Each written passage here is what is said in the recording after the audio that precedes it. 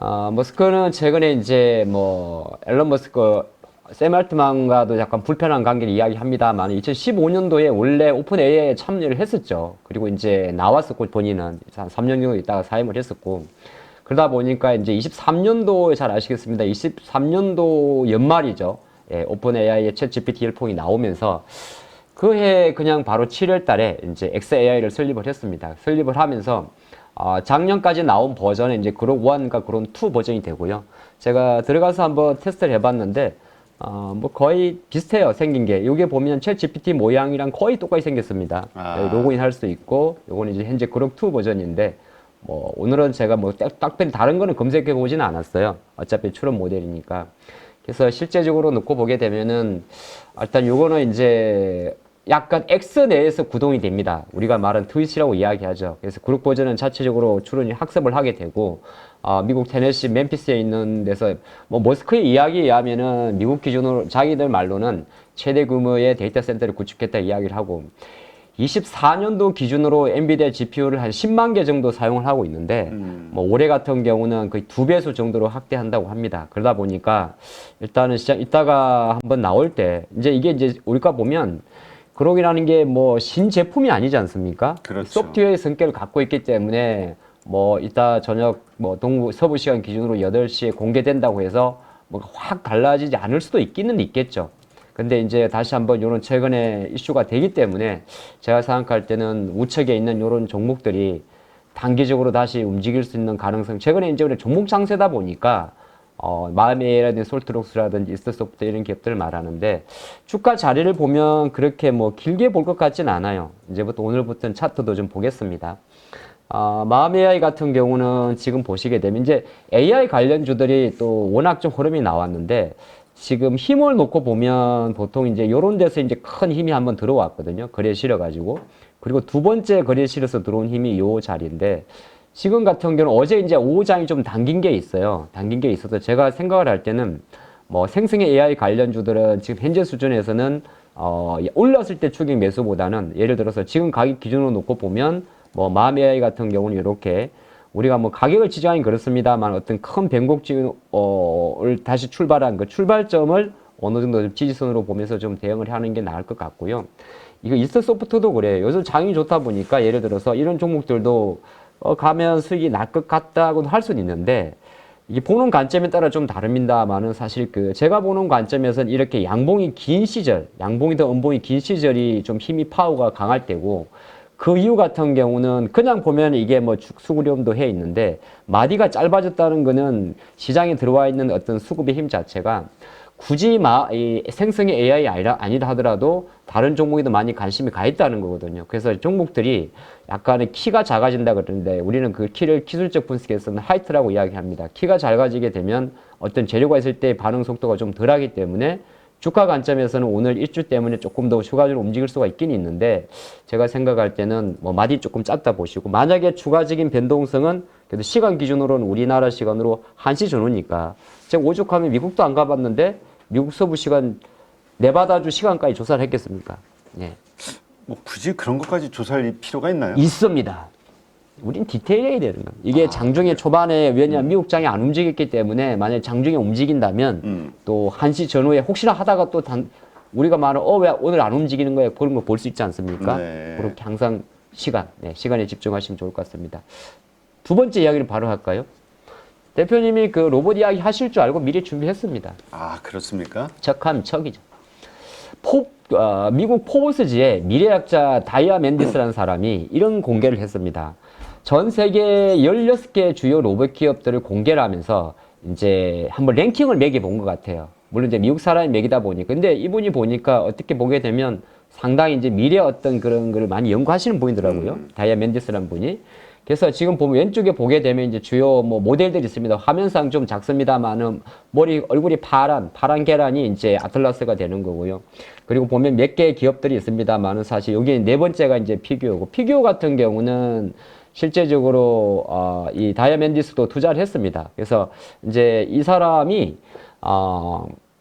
전 세계 이제 지금 나와 있는 휴머노이드 로봇의 랭킹을 공개를 했는데 이게 중국 기업이 한 개수로만 놓고 보면 8개 정도가 되고요. 야, 대단하네. 예, 이거 보면 대표적인 게 어디 갔어요? 유니터리 같은 게 대표적이겠죠. 네, 밑에 있군요. 예, 여기 있는데 G1, 여기 유니터리인데 실제적으로 이제 중국이 한 6개 정도 되고 미국 8개, 미국이 한 6개. 그러니까 어떻게 보게 되면 영국도 캐나다도 있긴 있습니다만은 미국과 중국의 양강 구도라는 거죠. 여기에 이제 어저께 보시게 되면 메타가 이제 인간형 로봇을 출시한다고 이야기했지 않습니까? 근데 아이러니한 거는 또 메타가 요 인간형 로봇을 누구랑 협업하느냐? 중국의 유니터리입니다. 예, 실제적으로 메타가 이제 지금 가장 핫한 기업인데 중국의 유니터리와 협력할 수 있는 가능성도 조금 제기되고 메타에서 나온 인간형 로봇은 약간 가사용이라고 이야기를 해서 아직까지 우리가 지켜봐야겠습니다만은 나오는 거는 어떤 일을 할까를 좀 봤더니 뭐 옷을 갠다든지 뭐 설거지를 한다든지 근데 왜 그걸 굳이 로봇이 하죠? 예, 그냥 내가 하면 되는데 모르겠습니다. 어쨌든 간에 아니 옷 깨는 그거 재밌는데 각 맞는 재미에 뭐 어쨌든 사람마다 취향이 다르니까 그냥 혼자 계속 하시면 돼요. 저는 그런 거 좋아합니다. 수건 각 잡고 하는 거 얼마나 재밌습니까? 뭐 어쨌든 간에 사람마다 이제 개인이 다른 거니까 그렇죠. 그렇게 볼 수 있습니다. 근데 여기에서는 그래도 좀 긍정인 건 뭐냐면 개수로만 놓고 보면 중국의 로봇이 개수 많은데 물론 이제 다이먼 맨디스의 순위이긴 해요. 순위이긴 했는데 순위를 쫙 매겼습니다. 글자 좀 잘 작은데 1위가 테슬라의 옵티머스, 2위가 피규어 AI의 피규어 2, 그 다음에 3위가 이게 에질리티입니다. 에질리티 로보틱스의 디짓. 그 다음에 4위가 보스턴 다이내믹스의 아틀라스. 그래서 상위 1위부터 한 1, 2, 3, 4, 6, 8위는 다 미국 기업입니다.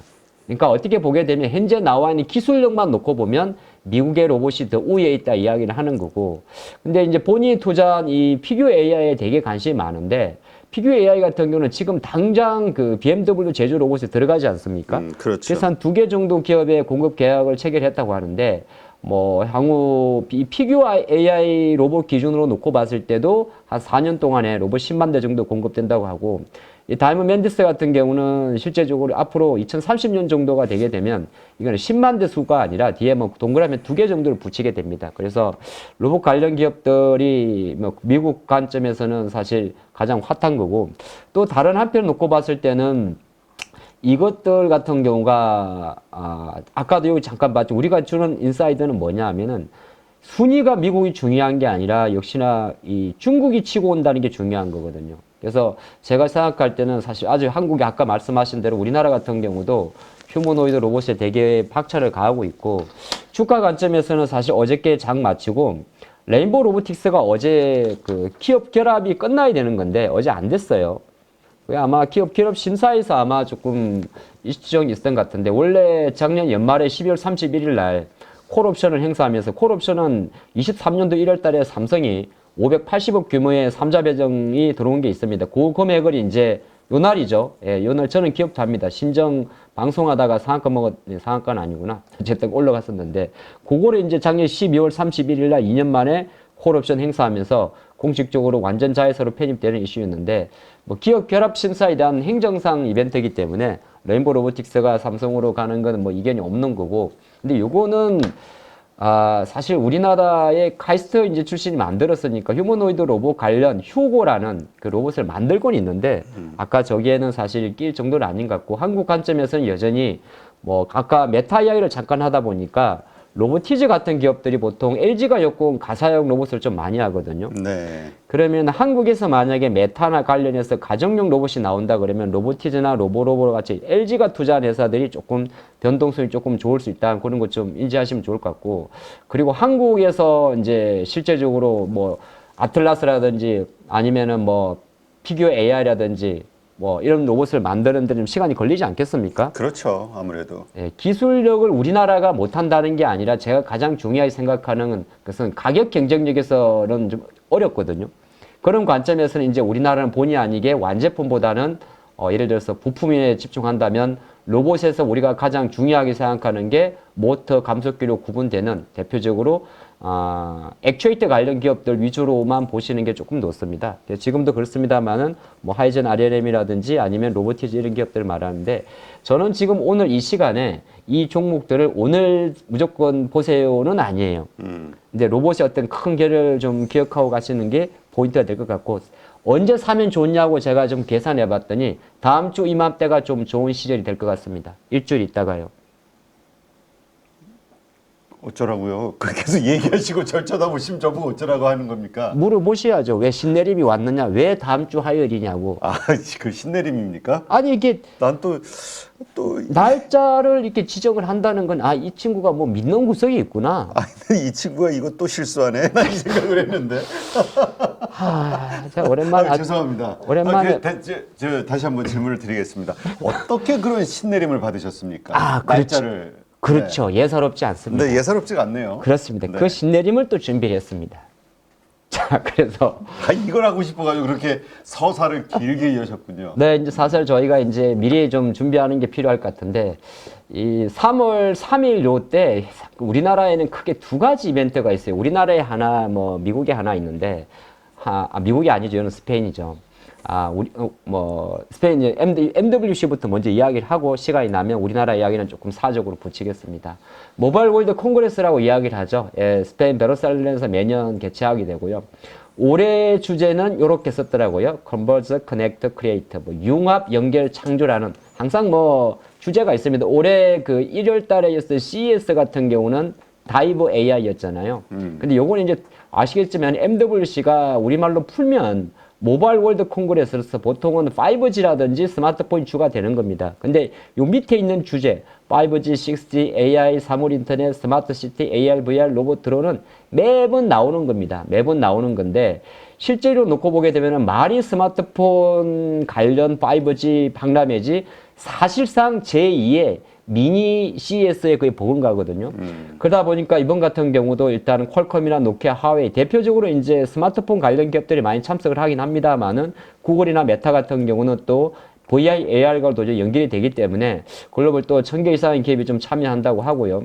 일단 이번에는 대만 애들이 좀 대대적으로 좀 부스를 차렸다고 합니다.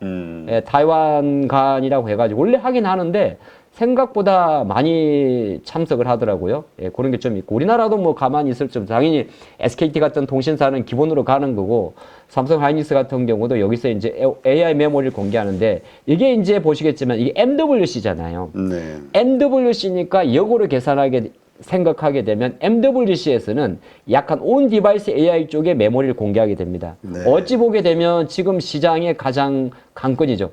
이재용 부회장님이 최근에 유럽을 갔습니다.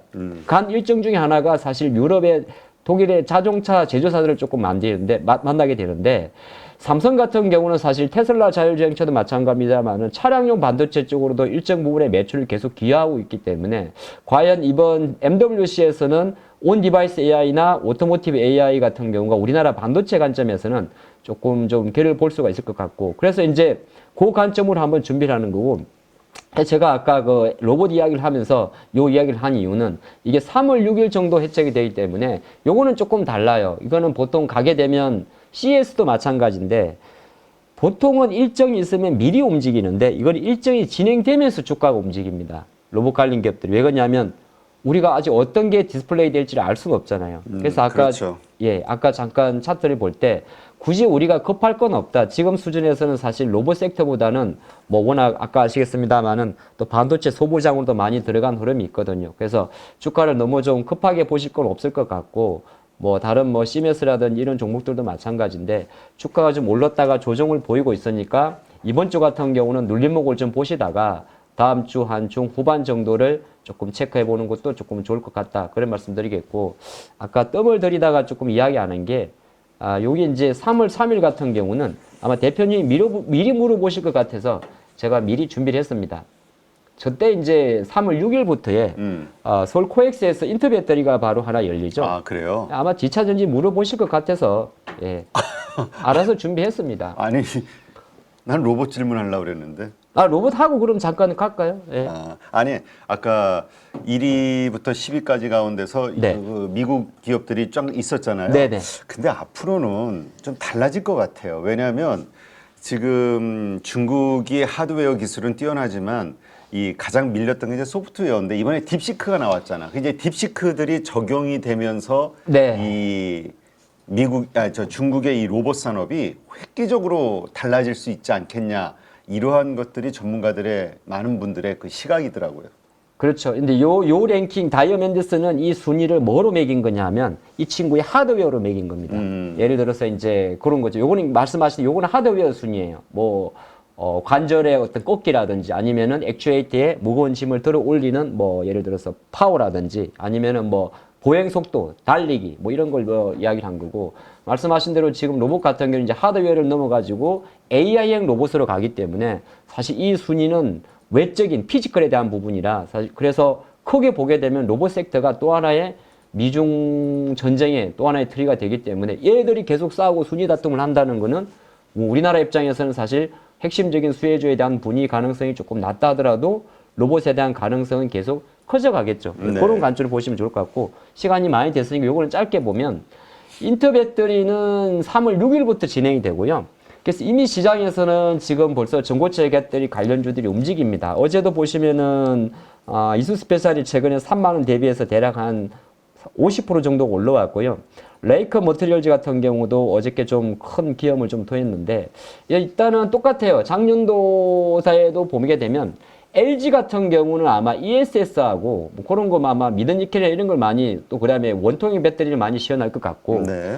삼성은 아마 SB 1.5인가요? 이번에도 전고체 배터리 관련된 기술력을 많이 시연할 것 같다는 의견이 좀 큽니다. 그래서 그런 거 관련 좀 미리 아마 움직일 것 같고요. 특이한 거는 뭐냐 하면은 그동안엔 중국 애들이 안 왔었는데 중국 기업들이 인터 배터리의 원래 주체가 코리아거든요.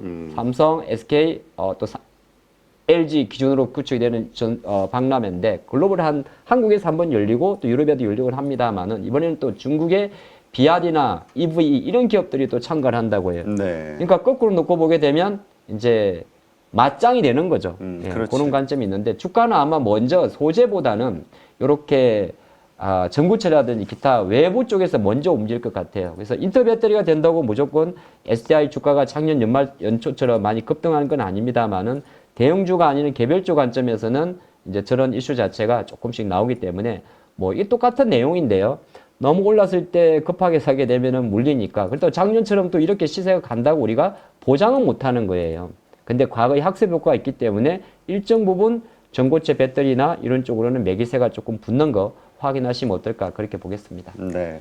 그때 저렇게 많이 올랐을 때 그때 이제 삼성 SDI를 중심으로 한 전고체 배터리에 대한 네. 이 기대감이 주가 상승을 이끄는 하나의 요인이었었는데 이번에 인터 배터리에서 나오게 될 핵심 화두가 무엇일까? 지금 뭐 예고된 게 좀 있습니까? 네, 아까 제가 준비했던 거의 비슷하던데 ESS 쪽 강화하고요. ESS. 예, 역시나 이제 46파이는 실제적으로 올해 2분기부터 LG 엔솔이 나갑니다. 예, 나가는 게 좀 있고 그 다음에 삼성이 아마 전고체 기술의 어떤 기술력을 좀 필요할 거고 원래 삼성이 그 전고체 기술 파일럿 라인을 가동을 한다고 했는데 아직까지는 좀 구체화되지 않았고 근데 제가 조금 이게 화두가 되는 게 비아디나 뭐 중국의 이보 이런 기업들이 참가하지 않습니까?